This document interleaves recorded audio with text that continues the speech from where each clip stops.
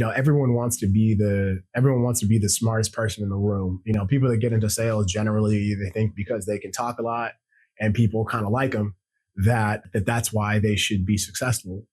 And one of the things you'll quickly learn is that regardless of how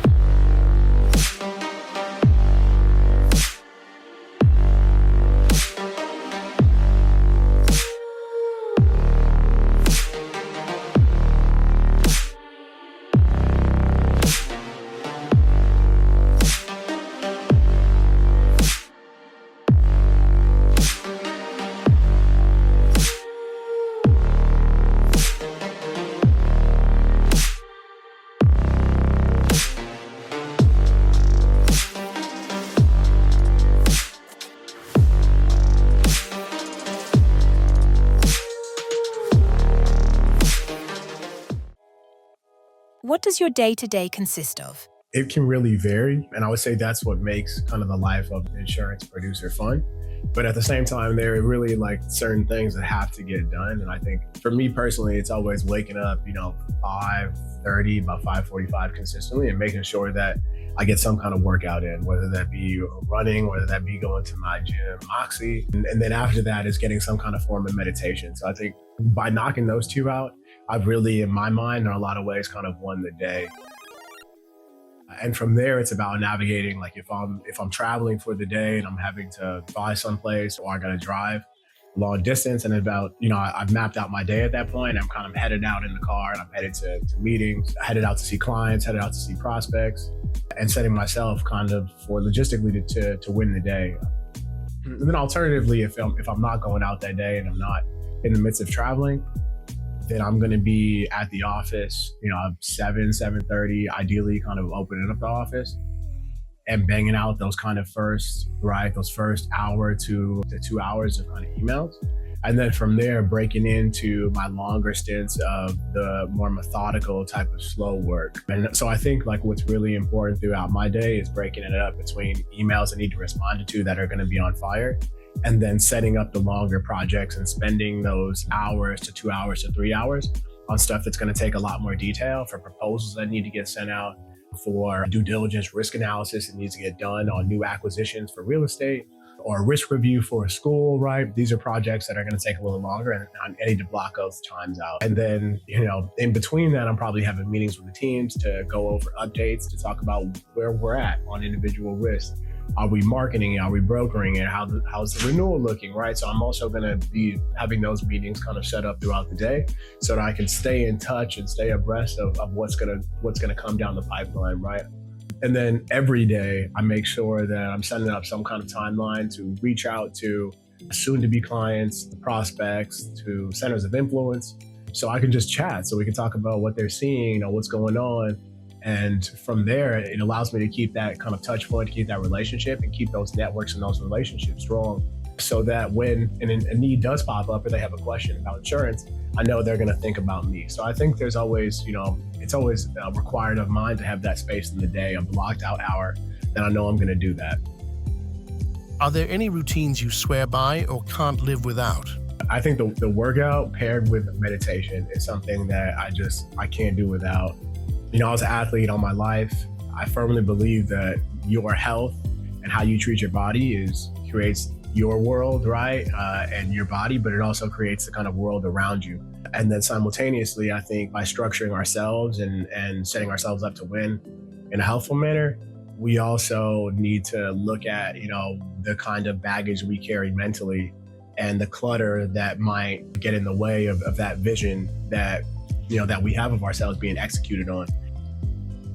And so I think like by doing meditation, it kind of reinforces and it clarifies that vision, so that by the time you get out into your everyday life, or you're in meetings, you're working on projects, then you're really just executing on a plan that's already been ordained. You already set the table, it's already there. All you got to do is go out there and execute. And so as much as I can simplify my life by getting that workout and doing that meditation, I got to do it. Oh, no, I also forgot. I didn't even think about this, stretching. I turned 34 this year. And if there's anything I've learned is that spending a 30-minute, 20-minute, hour a day and knocking out a longer kind of static stretch, just like, group or whatever, however you want to do it, whether you go to yoga or you do a video online, but knocking that out always allows me to stay far more fluid, flexible, mobile, feel better kind of throughout the day. So that's also a non-starter for me. And then no screens. An hour before bed, I'm strictly no screens. And you read about it in journals, people talk about it, but I firmly believe that having that time to wind down and be with your partner and spend time and just have updates amongst the family, I think is invaluable to my mental health. What is your best insurance advice, and what factors should we as consumers consider when choosing insurance? Whenever looking at your own insurance and you're thinking about what should we purchase this year, or should we do something different, it has to start with an assessment of what are we doing now, what's working, and what are some challenges that we're kind of having. When you come from that standpoint, and then, if you do recognize there are challenges and you've talked to some folks and you've thought about, seriously making a change, and you think there's elements that could get better, it's about talking to the right folks and being able to come up with some consensus as to what that direction that you need to head in is.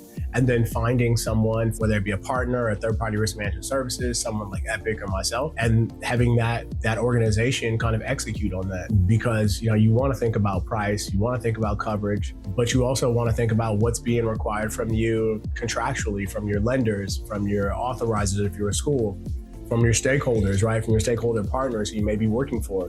But this all has to be kind of considered, and you have to do that kind of analysis internally.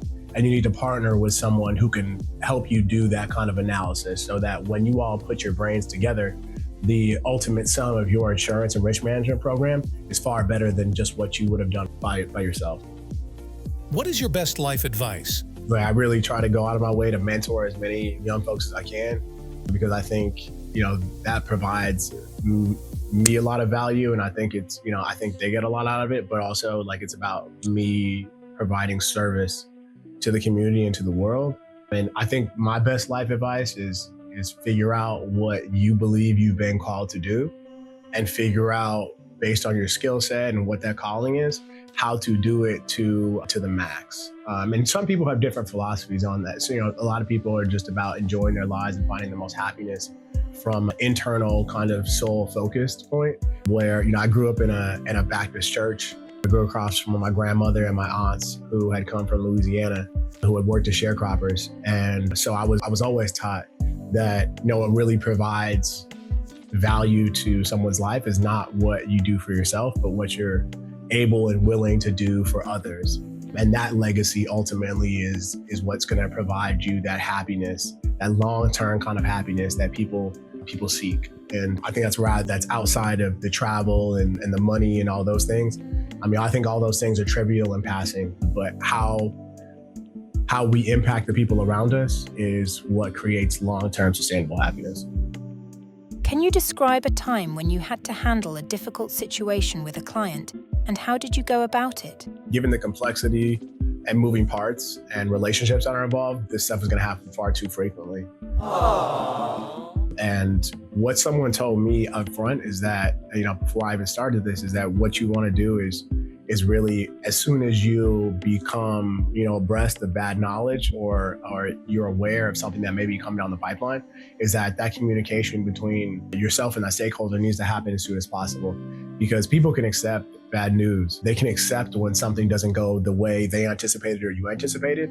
But what they can't accept is that, they weren't prepared to be able to adapt, right? Because, running a business or running an organization, you're always worried about what's next. You can't really make a decision, a viable decision or a good decision, without understanding where things are going.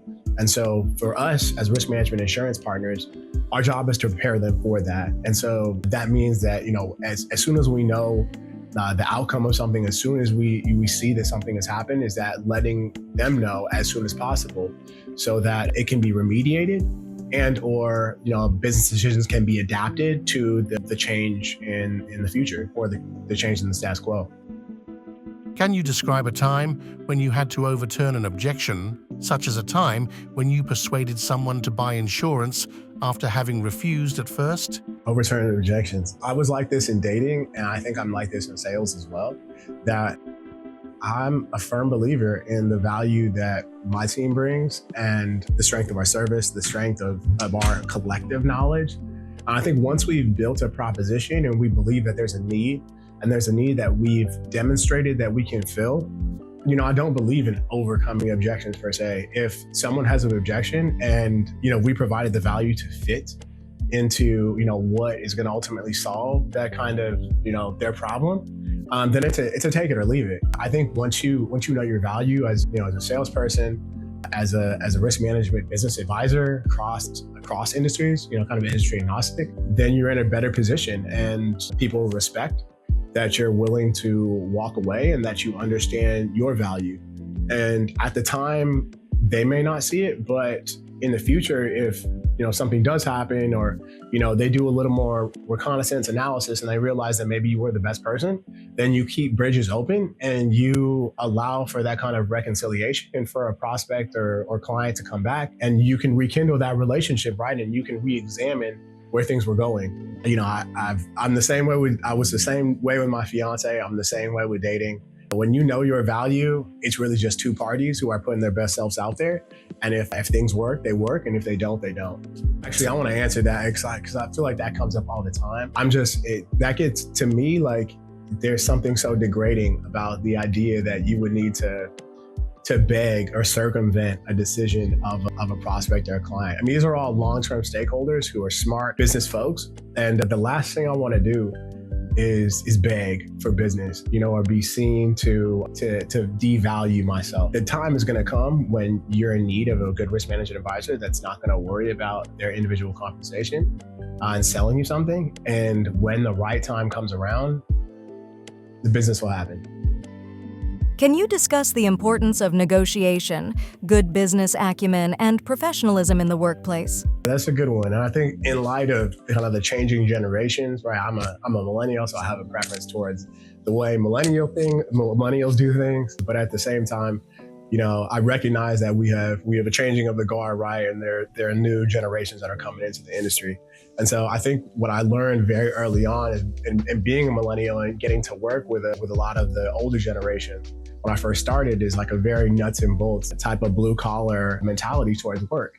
And that's making sure that you do the small things and showing up on time and being diligent and making sure that when you make a promise, that you stand by that promise, right? And whether that means you stay up all night to get something done, if you say you were going to get something done, you get it done.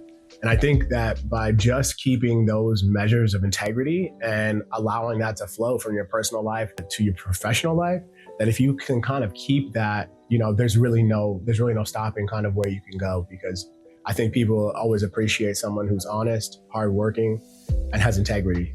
And if you can display those values every day when it's not sexy to do it, and when it's dark and when the lights are off and when you're there by yourself, and I think, for me, those are the small principles that really guide me.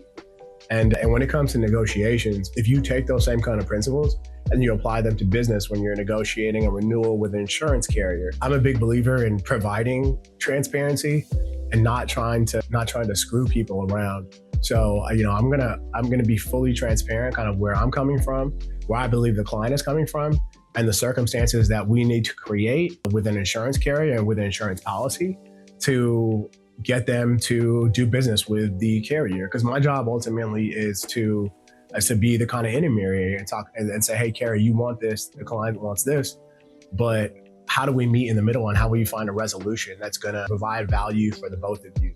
Because at the end of the day, I need to represent my client, but I also need to maintain my value relationships with my insurance carriers. And part of that is having a reputation that I say what I'm going to do, and I'm honest and straightforward about the circumstances that they're getting themselves into. Because I don't want to waste people's time. In the same way, I don't want people to waste my time. And so the more transparent and upfront I am with them, and I think my background as an insurance underwriter kind of helps me with that, because I know what it looks like. Like I know what it feels like to have your time wasted, and to have someone kind of like, either misinterpret stuff or miscommunicate things. And I don't want to operate from that gray space. Can you tell us about a time when you had to close a lot of deals to meet a quota in a short time frame? How did you manage and what skills did you leverage the most? So anyone who works in any kind of quota-driven business, where our business is semi-quota driven, but not entirely, but coming into insurance, specifically into being an agent or being a producer, you're gonna face an environment where they're always measuring you. They're always figuring out whether you're growing, is your business declining? But what I think I've always been really good at is being very structured in my approach to business development, where, I develop a plan very early on in the year.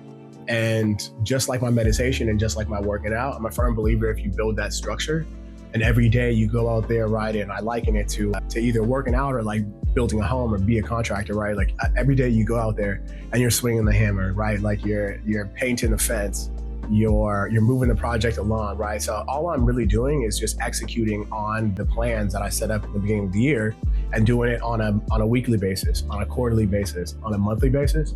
And so, to be frank, I haven't had a problem with quotas because I firmly believe that if I stay blind to kind of the expectations and I set an expectation on myself that's so high that I can't possibly have a third party that would have something higher, that as long as I meet my own threshold, everything else will come. And so I think part of that is just getting to a space where you have expectations for yourself and you have a guidepost for where you want to be, and maintaining that kind of guidepost. Can you tell us about the most successful sale you've ever made? Or describe a time when you were really able to help a client out with a problem regarding their policy? There's always going to be coverage deltas and kind of what I believe someone should have and probably what the other broker put in place. And coming from working at AIG, Chubb, and Zurich, I think I have a very nuanced and complex view of how insurance needs to work and how coverage responds. And so, I think those happen all the time. But for me, the big kind of wins that are going to be structurally different to a business, that are really going to change the way they operate and or give them so much money back that they're able to put it back in the company and it's going to be meaningful. And for me, I think the biggest opportunity that we had last year was figuring out how to leverage funds and family offices that were beginning to buy a lot of real estate and do it fairly quickly, right? To take advantage of markets and the cyclicality of markets, because, you're growing and growth is great. And I'd love to see, people my age and teams out there who are building, right? Who are building great things, building great portfolios, building great schools.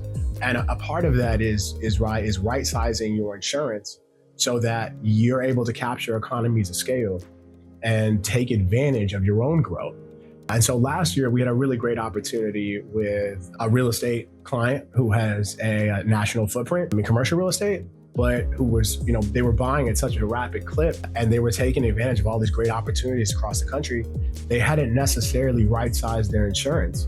They knew there was something they needed to change, but they weren't yet there. And I think when myself and our team kind of got in, what we're able to quickly do was really assess kind of, hey, where your assets at, what kind of geographical exposure do you have, what kind of coverages you need based on your capital requirements, and then what are you doing now, right? And then creating an ideal situation versus what they were doing. And so if you can compare those two, right, today versus where they were, I think originally when we found them, their spend is someplace in the space of $6 million to $7 million on insurance costs. And, I think in the back of our minds, I always knew that we'd be successful in lowering that number. And then as we got through and we were creating projections, we kind of targeted about a 56% overall decrease in insurance costs. And that's one of those things, it's a post, right? And you want to get in the arena, but you don't always know that you can do that. It just so happened that during the individual process and working with the team and really kind of like creating different iterations, that ultimately when we were able to deliver that ideal insurance program for them that really protected, those 15 to 20 assets that were across the country that were, $1.5 billion in total insurance values, that we were able to lower that total spend on insurance from, 6.5, 7 million down to the 3.5, 3.8 type of space. And so I think by saving that amount of money and showing that we're that trusted partner and allowing them to invest that back in the company and simultaneously allowing them to have a strong insurance program that would grow with them, that they could take these savings and apply them to every asset that they had and that they were going to buy, we now just kind of established them as a player that was going to be able to grow in the short term and in the long term. And so for me, that was probably the biggest business win last year in terms of the way we impacted a business. Can you discuss the importance of discipline when it comes to achieving results for your clients? Or describe some of the behind-the-scenes work they might not be aware of? I think we'd like to believe that all the service models and everything like that is automated, right? And that everything happens without a lot of human intervention. And some of that through AI is being kind of automated out. But a lot of times in terms of execution, from whether it be renewal, whether it be marketing for a new business, whether it be creating service proposals for a client or getting certs together, to show that they have insurance to vendors or third parties or municipal agencies. A lot of that is still about the individual execution of the team. And so what we're trying to do internally is always keep a running kind of file of what's going on a weekly basis, and open items and closed items, right? So as we follow kind of those open items, we can assign responsibility to different team members. And what we try to do is make sure that, on our weekly meetings, that we're taking a look at those open items and we're saying, all right, where are we at with this? Whose responsibility is to close this item, or who's going to get this done? And so what we're doing is doing that for every kind of client, depending on where the renewal comes up. And so, as this stuff comes up, as renewals come up, this kind of open item, closed item internal list is kind of what's keeping us accountable. On top of using Teams to kind of manage workflow and for everyone to be able to be on the same page and really flow and understand that what we're doing is iterative and it's also a team process. Can you discuss the general pay structure or financial incentives as it relates to working within the insurance industry? Happy to get into it. I'll try to stick to not too much detail because I know every company is different and has a different compensation model. But I think one of the very positive things about insurance, and one of the reasons why systemically, I think certain groups, socioeconomically and racially, have historically been kept out of positions like being agents or being producers at large brokers, is that I think through reoccurring revenue and through the model of, renewing policies and commission structures and ongoing fee structures, that, if you are successful and you're taking care of people, there's a way for individual agents to be compensated on those policies as they renew. And so, it's kind of kept a secret so that people can pass this along to their sons and their daughters and their relatives. But, it's a model that you can really generate very serious wealth for yourself if you're willing to work hard, build very strong relationships, and work with tenacity, right? Because there's a lot of competition out there. And there are other folks that realize that there's a lot of wealth being generated. And so it's really incumbent on the individual agents and producers to make sure that things are getting delivered and that you have long-term clients that are going to stick with you and you consistently provide value. So every agency is probably going to have some kind of model for new business. And depending on the agency you're at, there might be some kind of reoccurring model moving forward that pays you for clients. I'm not bashful that, I'm in the business of servicing my clients and building better communities. But we also, I grew up in a very lower middle class family. And I'm in the business of creating generational wealth for myself and for my kids and for my friends and family. And I think that's what I'd like to impart on kind of the next generation, is that, there's a lot of ways to make money. So I don't want you to just go in it for the money. But if that's part of your calculus and you think that you may be interested in helping people, when you're interested in some of the complexities and nuances of business, that insurance may be the right place for you. Because, if you're willing to work hard and do the right things, then you can make some serious money, right? For those aspiring to be where you are now, what would you say it takes to make it in the insurance industry or stand out as a young professional on the rise? If I were to narrow that down, I'd probably give it 3, right? I think being technical, I'm a firm believer, right? I have my CPCU, which is Chartered Property and Casualty Underwriter, which is a designation that takes anywhere from, a year to 3 years to complete, about 7 to 8 courses, on top of, 9 years of real institutional type of underwriting background. And so I'm a firm believer that having the technical capabilities and walking into, a client prospect meeting and being able to talk in nuance around their individual business and their coverages, I think that is first and foremost. I don't think you should be in the business if you're just in the habit of selling policies, and you're out here just getting quotes. I'm not a big believer in that model, and I wouldn't go into any industry with that kind of idea. And then I think listening. I think even with the technical background, I think what tends to set people apart is that everyone wants to be the smartest person in the room. People that get into sales generally, they think because they can talk a lot and people kind of like them, that's why they should be successful. And one of the things you'll quickly learn is that regardless of how fast you talk, how articulate you are, if you're not able to listen and to distill, what the client or prospect is telling you they want and what they're looking for, and provide them to space to tell you, then you're not going to be successful, because you're never going to be able to work from a constructive type of space, because you're going to be talking a lot. And no one wants a relationship where they're feeling like they're not being heard, particularly when you're providing this person some kind of compensation to provide that service. And then finally, just execution.